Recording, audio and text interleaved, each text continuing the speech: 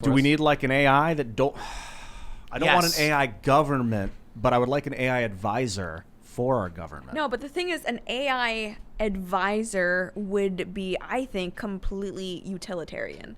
We would not, as human beings, be comfortable with what they recommend or what it recommends. I don't know. Yeah, they'd be like, hello, Ian, you must die today because it will save 3 children. I disagree.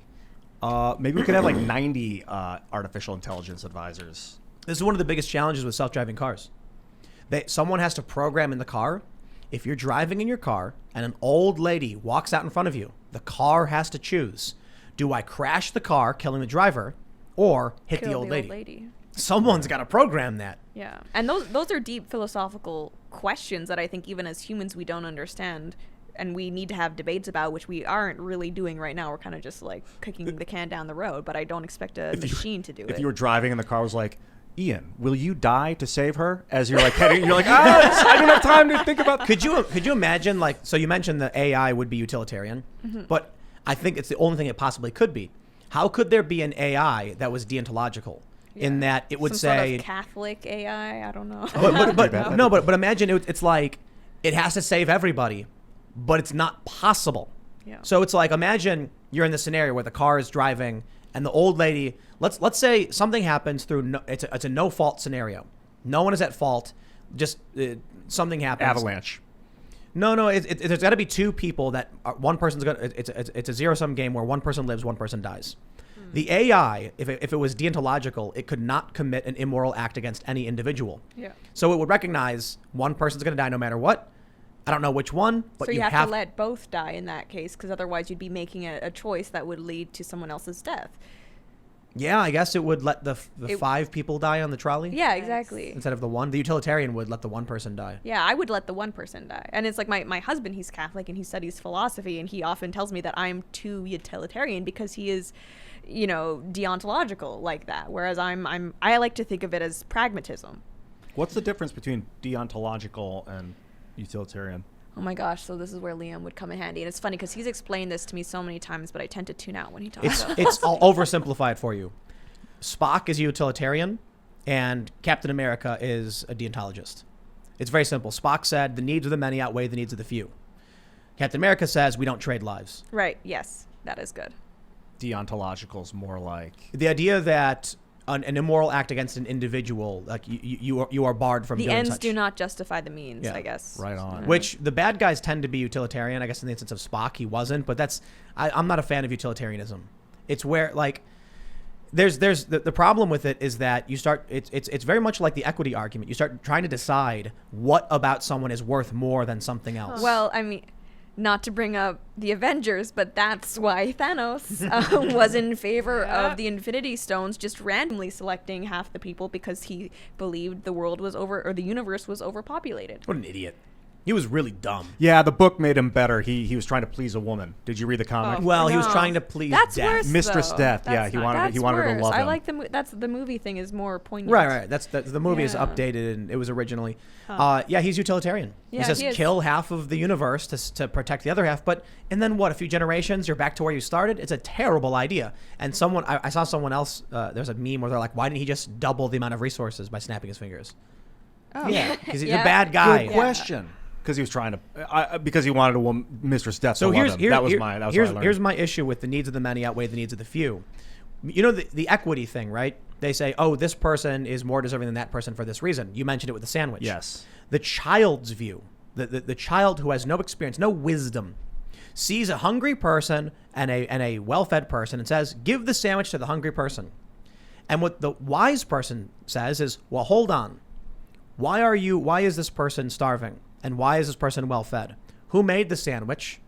There's a lot more questions than just, I'm going to give it to you. So when it comes to utilitarianism, here's the version of the trolley problem I have. You know the trolley problem, right? There's a trolley going down a track, and you have the switch, and you have to decide if it's going to go down the track and kill one person, or go to this track and kill 5, or something like that. There's a trolley heading down a track with 5 people on it. It will hit and kill all 5 people. You can pull a lever to switch the track with only one person on it. The act of switching the lever condemns the one person who was safe to begin with. would you kill that one person by your choice who was safe to save 5 people? So the darker side of me says, who is that person? And who are the other 5? But I mean, just philosophically speaking, I would. Okay, now here's the bigger question. There's a bunch of iterations of the trolley problem. Let's try it. Ian, what would you do? Would you let the trolley kill the 5 people, or would you choose to kill the person? No. If I had a split-second decision, I would kill 1 instead of 5. I would have to make that decision. So that means that one person who would have normally lived, you are choosing to kill them to save those 5. Yeah. Yes. Okay. Now let's say the one person has the cure for cancer. Exactly. That's and you know it. And you know it. Oh. And kill the 5. You let the 5 die. Yeah. See, that's where things become problematic with utilitarianism. Now let's play another game. The 5 people are critical race theorists, and the one person is Jordan Peterson. Oh. I love Jordan Peterson. So you're saying the 5 have the cancer and the 1 has the cure? Basically, yeah. No. What I'm saying is there's 5 prominent critical race theorists and 1 prominent, anti. I feel like I can't answer this without people calling me a murderous extremist, though, Right. because of. And the crazy thing, this is what the government does. This is their job. Okay. is to All right, decide let's who do lives, this. who dies, who Let's gets the take money. it out of American politics. Okay. It's there's 5 supporters of Vladimir Putin. And no, this doesn't work. Wait, hold on. Okay, yeah. 5 supporters of Vladimir Putin and 1 opposition activist who's prominent. Save the 1. You'd save the 1. So the issue is now You're making moral judgments over whose life is based on your subjective view of what is right and what is wrong. That's the Right. problem with utilitarianism. And they'll do they'll say I don't like saying black and white people, but let's just, for whatever reason, there's 10 black people that, and by the numbers say that they make less money. But then there's 5 white people, and the numbers say they make more money. So where are we going to send the money? We're going to send it to these 10 black people. But you find out later these 10 black people make way more money than these 5 white people. They're just going by the numbers in the book and making these bland they were going decisions. by capital gains Yeah. and not by hours worked. But I mean, I Right. understand the criticism that through utilitarianism, you're necessarily putting your moral values onto the situation. But I guess in business, they say even making no decision is making a decision. So my response to that would be that it's impossible from an ontological perspective to avoid that. Most people, I think most people say they wouldn't pull the lever. They would ignore it. They don't want anything to do with it. Because you are choosing. So right now, the 5 people on the track, they're in that circumstance having nothing to do with you.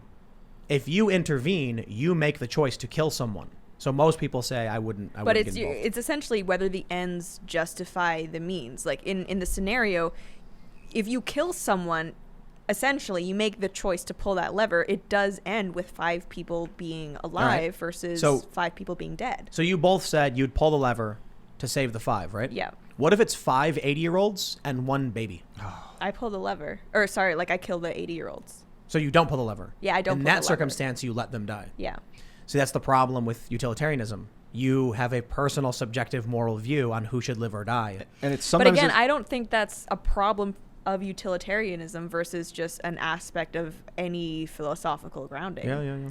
it's based on what do they call it when you get the numbers of how many people live in this demographics. It's based on demographic book numbers in a book. They don't know who needs what, but they're giving it to people based on what they read. I guess my view of utilitarianism is that you are accepting the fact that losses or deaths will happen, and then you approach the problem in order to minimize the losses and maximize the gain. So I approach it almost like business. So you guys have seen all the memes that have popped up about the trolley problem? Yeah. My favorite one is it's one single track with a ton of people Yeah, just I've getting seen crushed. that lately. And it says, you can stop the trolley at any time, but it would cause a loss of corporate profits.